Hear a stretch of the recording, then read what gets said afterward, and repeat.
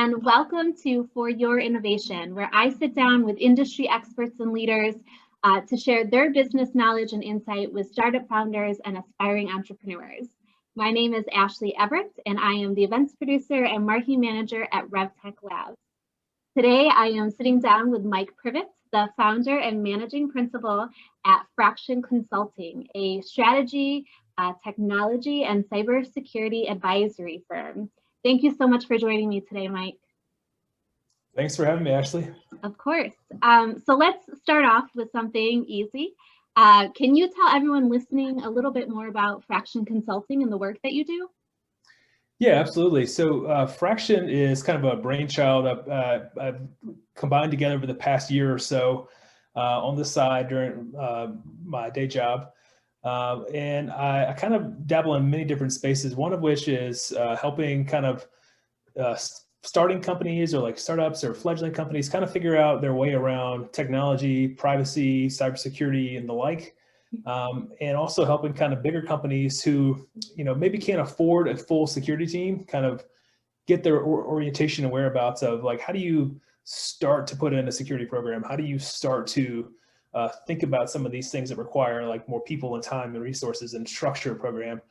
And so that's one part of the business. The other part is kind of helping the ecosystem around startups in the private equity space. So I found that throughout the years of buying a lot of hardware and software, private equity groups found it interesting on my opinion on whether or not I would buy something in their portfolio. And so that was a light bulb for me when I said, okay, people like this. Okay. And so that kind of naturally goes into the startup kind of work too. Like, hey, what's on my radar? These guys are promising. These guys are gals. Here's why I think they're interesting. And so that I've been able to do that, some advisory work on the side as well. Wow, that's awesome.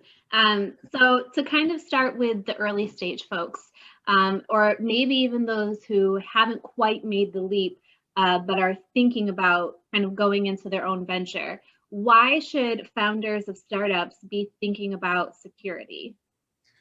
Yeah, it's a great question, and it's probably not the first thing on people's minds, although after the news, some 2020, it may be more on people's minds with all the breaches, especially with the latest from today with all the government breaches.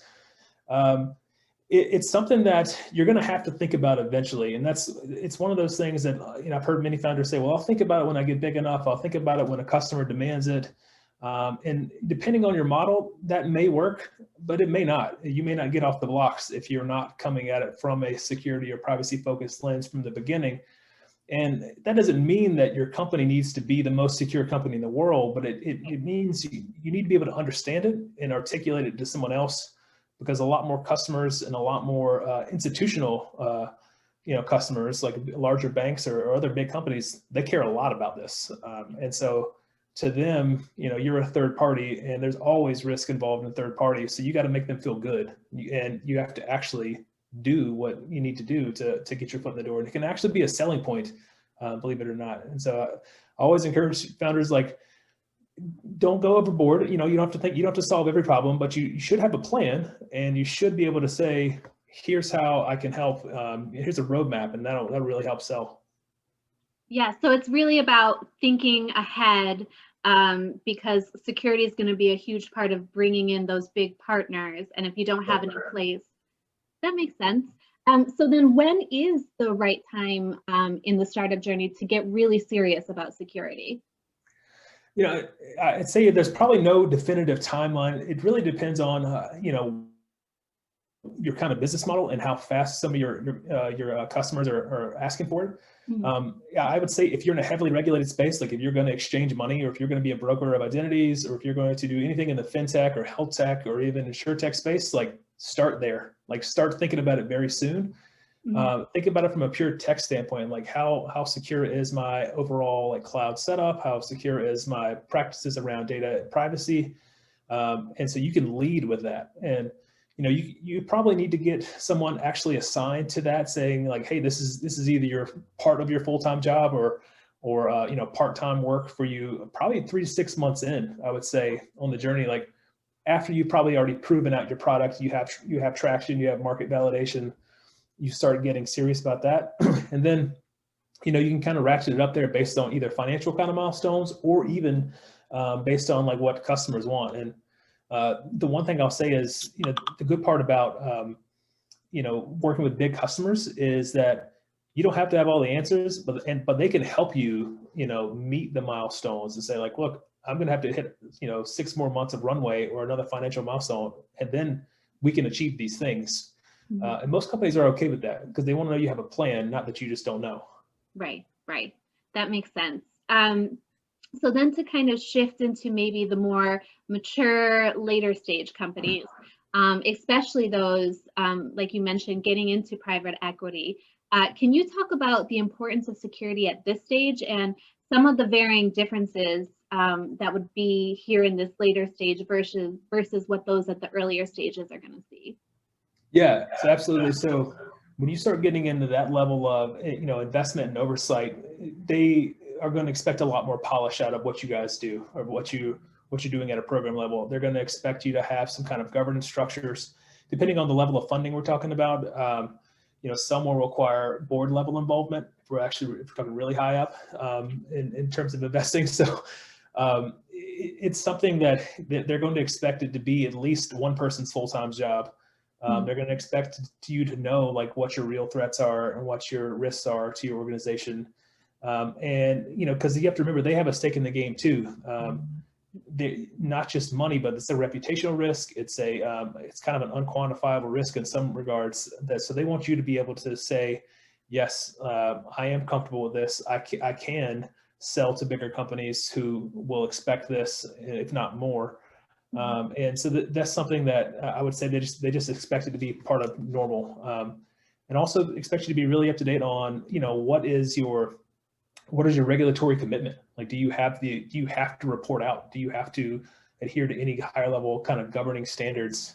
And so that they would just expect kind of a general polish, I would say. Yeah, no, that's interesting.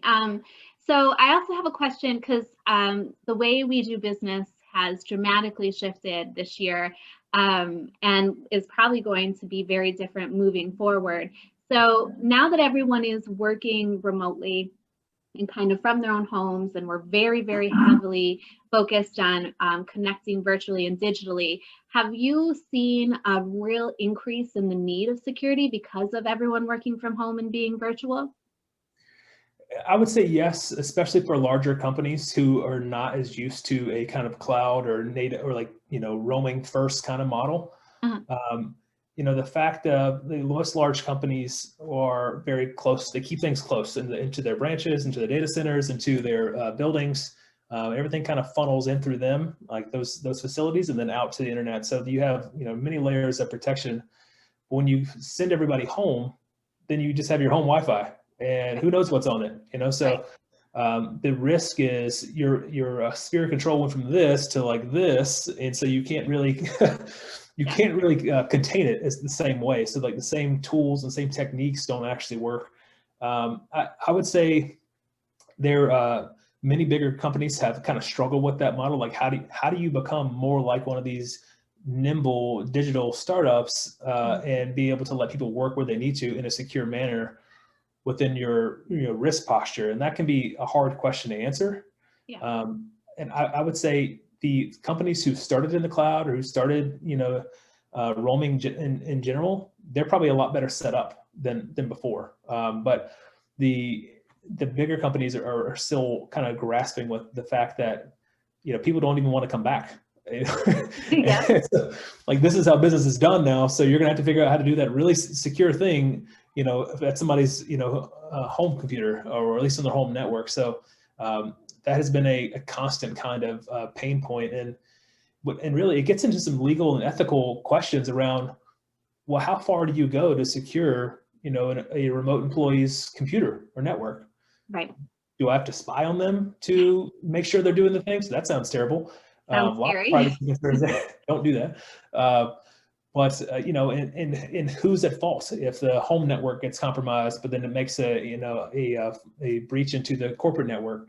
Mm-hmm. So there's lots of unanswered questions that I don't know how we're going to solve yet as kind of an industry, but yeah. It's a very fine line, I would say, between privacy and security there. Yes, yeah, definitely. Well, I mean, this has been really great. I mean, especially for someone like me who is by no means a cybersecurity expert, really even a novice, if I'm being honest. So I really appreciate you breaking this down for me and making a topic like cybersecurity more understandable and digestible. But on that note, I'd love to hear a little bit more about your role as Revtech Labs officer in residence, which you've done for our FinTech and Accelerate, our FinTech InsurTech Accelerator program. Can you just tell everyone listening a little bit more about this role and kind of the work that you've done with some of these companies? Yeah, absolutely. So it's been a really interesting role because you get to see some really cool like ideas that are either just like forming or have had just a little bit of traction, and they're kind of wrestling with a lot of these concepts. Like how do I grow? How do I, get to these big partners, companies that can make life-changing partnerships, can really put these companies on the map and to disrupt kind of markets. And a lot of them say like, well, how much do I need to do? Like, how secure do I need to be? How far do I need to go? Is this certification really required? Like a SOC 2 or PCI compliance or things like that, some of these industry standard things. And I kind of help them navigate through that and kind of understand, well, tell me, decompose what they're doing a bit and say, tell me, what kind of data are you working with? What are you actually processing payment data? Because that's a whole different, world. Same with health data. And it's really helping them understand like, well, what could your risk be? And then putting on the hat from a third party kind of auditor standpoint saying, this is what a bank or an insurance company might care about. When they say this, they're going to think this. And so, it's helping them like frame up what they're doing in the right context and security, just again, so they can get those sales. But it's been really fun doing that and seeing all kinds of really cool partnerships and all kinds of cool companies that have gone on to do some pretty amazing things.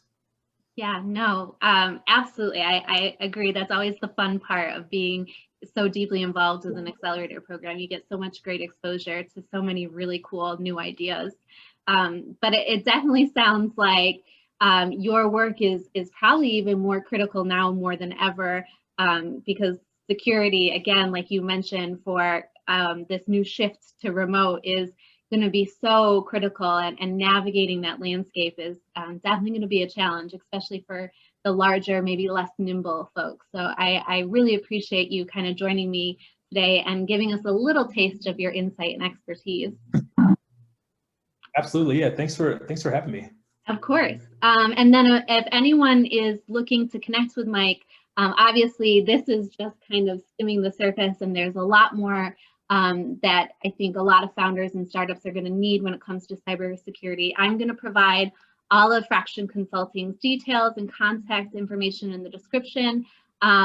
And again, if this conversation only scratched the surface, which it should for most of you, I strongly recommend getting signed up for Fraction Consulting's newsletter, because there's just so much information there. Again, that's incredibly helpful on an incredibly timely subject matter. But thank you again so much, Mike. Thanks, Ashley. If you're a post-revenue, post-launch, fintech or insurtech founder looking to rapidly scale and grow in 2021, our Class 14 applications are now open. Go to revtechlabs.co to learn more about our fintech insurtech accelerator and apply today. Thanks for joining us today, and as always, stay safe and stay healthy.